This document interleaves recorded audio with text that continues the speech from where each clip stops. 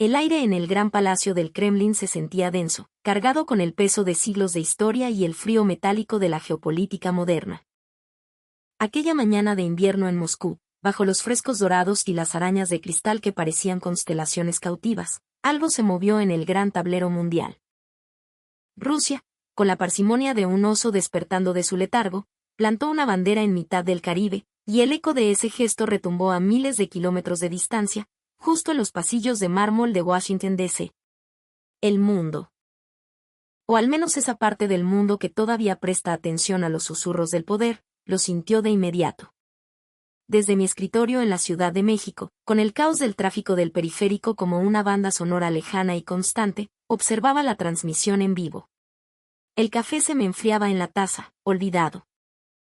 Estábamos en plena escalada del cerco contra La Habana, una asfixia que ya duraba más de 60 años pero que en los últimos tiempos había cobrado un brío sádico, casi personal. Y en ese preciso instante, Vladimir Putin, un hombre cuya expresión parece tallada en el hielo siberiano, decidió aprovechar una ceremonia que para cualquier otro líder sería un trámite burocrático, para enviar un misil diplomático. No se trataba solo de un espaldarazo a Cuba, era un desafío directo, una declaración pública de que Moscú se paraba, con todo su peso nuclear y su historia, frente al bloqueo y la injerencia estadounidense.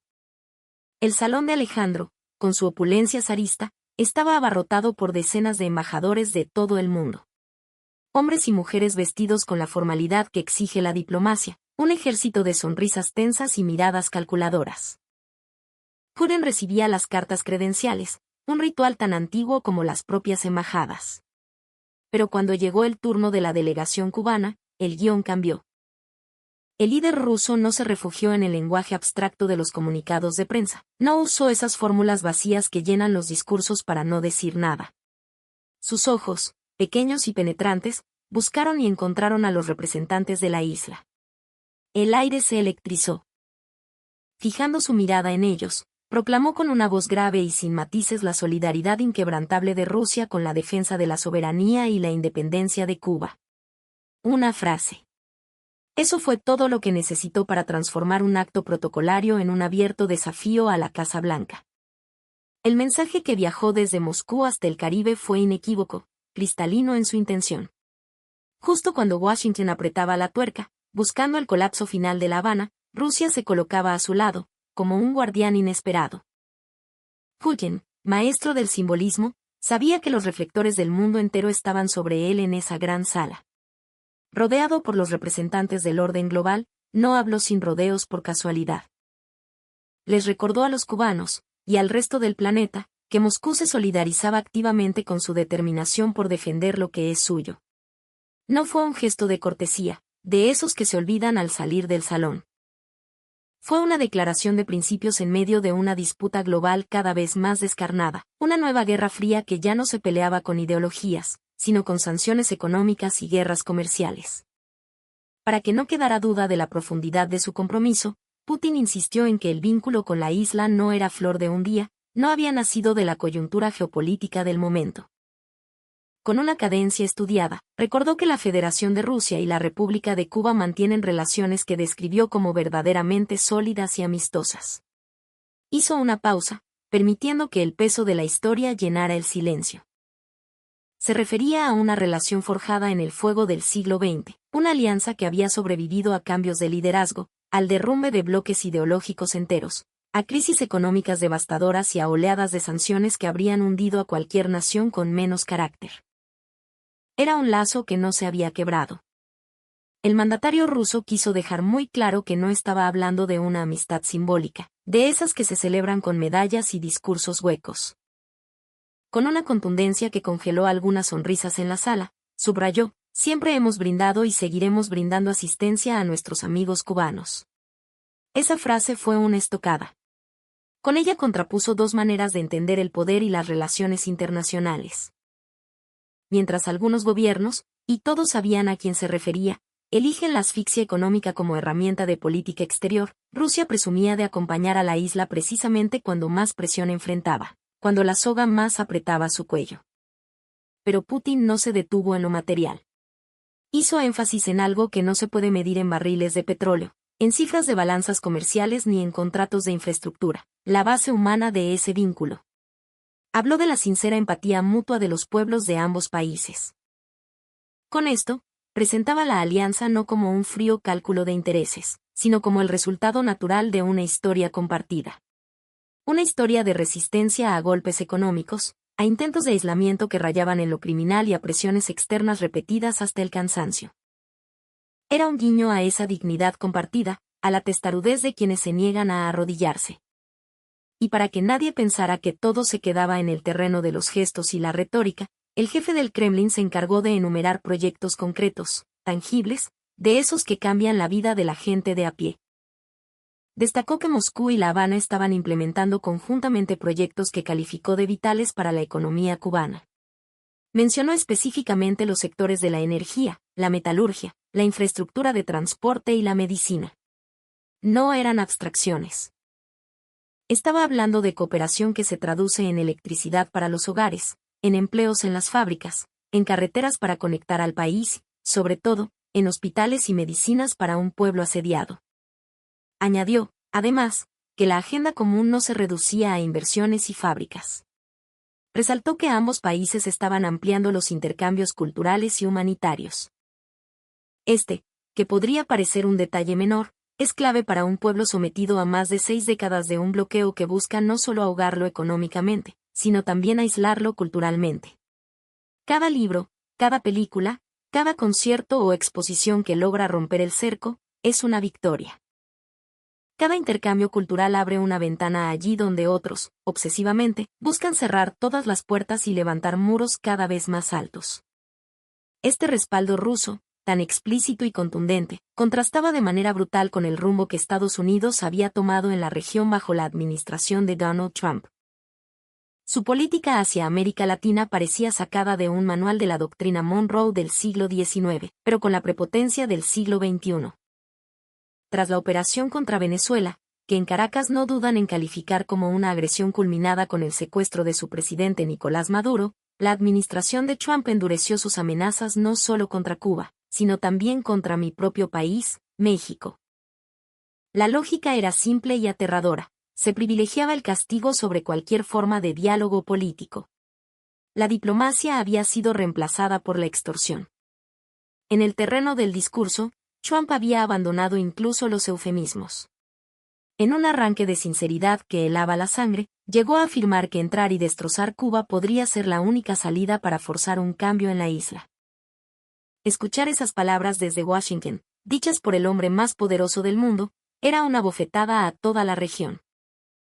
Era una frase brutal que desnudaba la lógica imperial. Si un pueblo no cede a tus designios, se le destruye sin medir el costo humano, sin pensar en los niños, en los ancianos, en la vida cotidiana hecha pedazos.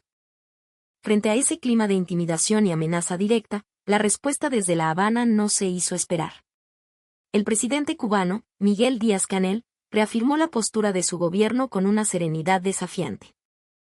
Explicó, para que no quedaran dudas, que no existían conversaciones con el gobierno de Estados Unidos, salvo algunos contactos técnicos y necesarios en el ámbito migratorio. Dejó perfectamente claro que no habría diálogo político mientras la otra parte insistiera en blandir amenazas, en elaborar listas negras y en imponer condiciones unilaterales. El mensaje era simple, no se negocia con una pistola en la cabeza.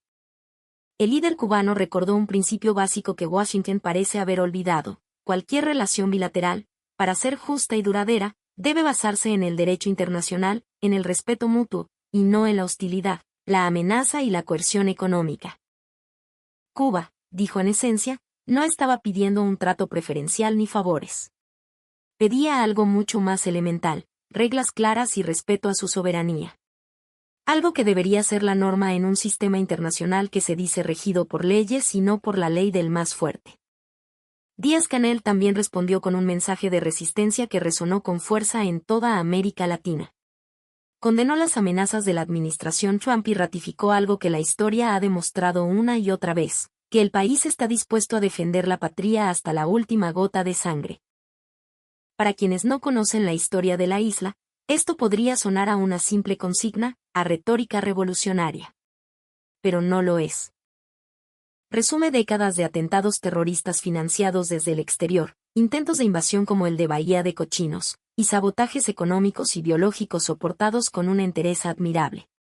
Cuba es una nación libre, independiente y soberana. Nadie nos dicta qué hacer, remarcó Díaz-Canel. Esa frase, en su aparente simpleza, resume el efecto más inesperado y paradójico del bloqueo. Lejos de conseguir la rendición del pueblo cubano, lo que ha logrado es forjar una identidad nacional marcada a fuego por la dignidad. Ha creado una cultura política de resistencia que explica por qué la isla, a pesar de la asfixia económica y el acoso constante, sigue en pie, sigue adelante. Para entender la tensión actual, es imprescindible mirar la política sostenida de Washington, que no es obra de un solo presidente.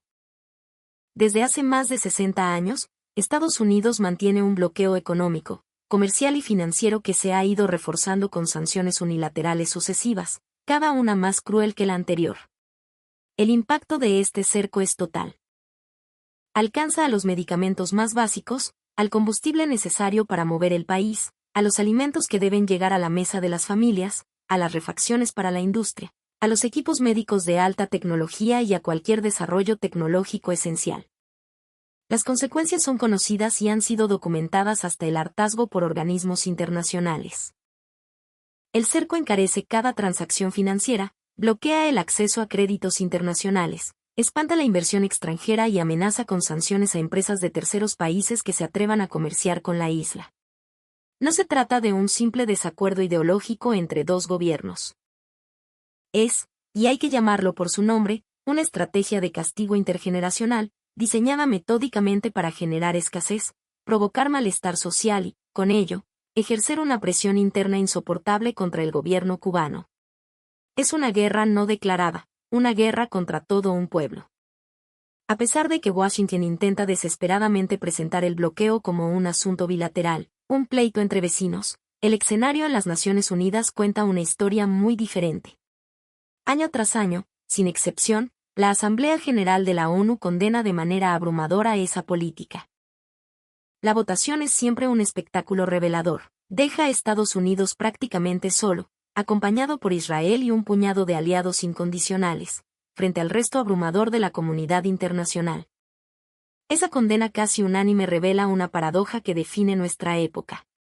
La potencia que se autoproclama guardiana del orden internacional, la que invade países en nombre de las resoluciones de la ONU, ignora sistemáticamente esas mismas resoluciones cuando tocan sus intereses estratégicos.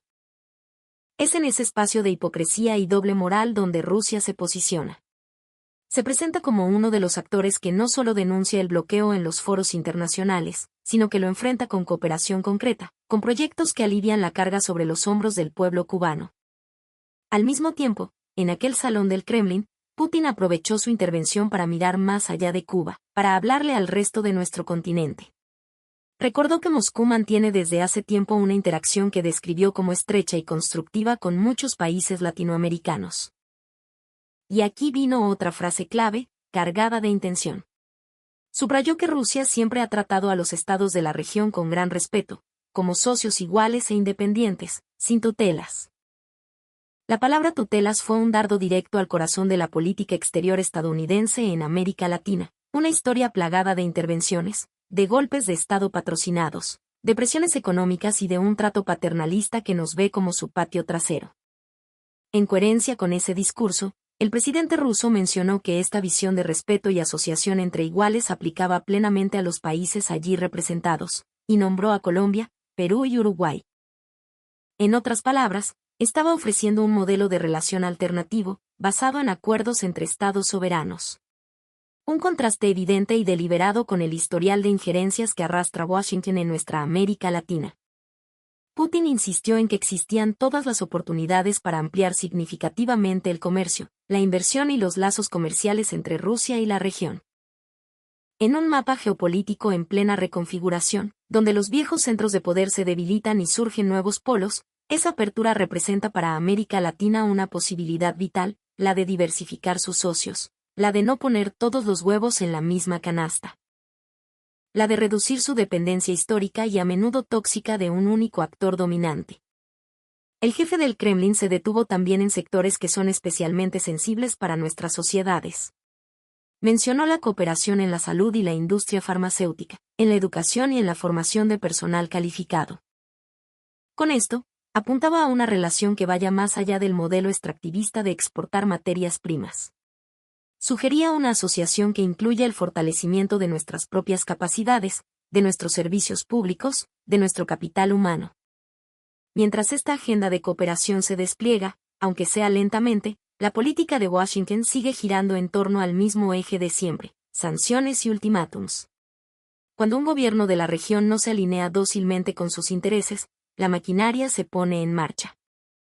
Primero se le etiqueta de régimen, luego se activan los bloqueos financieros, se orquestan campañas mediáticas para desprestigiarlo y se ejercen presiones de todo tipo. Ocurrió con Cuba hace décadas, se repitió con la Venezuela de Chávez y Maduro, y se intenta aplicar, con distintos niveles de éxito, con todo país que decide caminar por fuera del guión impuesto desde el norte. Al adoptar públicamente y desde un escenario tan solemne la defensa de La Habana, Rusia envía un mensaje que trasciende las aguas del Caribe. Le está diciendo al resto de América Latina que existen otras opciones, que el sometimiento no es el único destino posible. Que ningún pueblo, por pequeño que sea, está obligado a aceptar que una potencia extranjera le dicte qué modelo político debe tener, con quién puede comerciar o qué acuerdos económicos le están permitidos firmar. En medio de este tablero cargado de tensiones, donde cada movimiento tiene consecuencias globales, la escena del Kremlin resulta profundamente elocuente. Mientras Estados Unidos refuerza el bloqueo contra una pequeña isla que solo anhela vivir en paz, Rusia cruza océanos para proclamar, desde el corazón de su poder, su solidaridad con el derecho inalienable de Cuba a defender su soberanía. Un gesto simbólico, sí, pero un gesto que hoy resuena con una fuerza inusitada mucho más allá de las calles de La Habana, y que se escucha con atención en cada rincón de nuestra patria grande. Desde este México, siempre complejo y siempre en la encrucijada, soy la voz que narra estas historias, las que nos definen y las que nos retan. Les hablo desde el corazón de nuestra América, esa que se niega a morir y que sigue luchando por su dignidad. Nos vemos en el camino, mi gente. Macuayi Tonali.